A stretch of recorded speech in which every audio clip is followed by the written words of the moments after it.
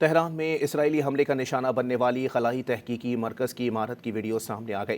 गैर मुल्की खबर एजेंसी ने सोशल मीडिया पर जारी वीडियो की तस्दीक की और कहा कि यह तेहरान में ईरान के स्पेस रिसर्च सेंटर की इमारत है। वीडियो में देखा जा सकता है कि इमारत एक तरफ से झुक गई है। इमारत की छत को शदीद नुकसान पहुंचा है।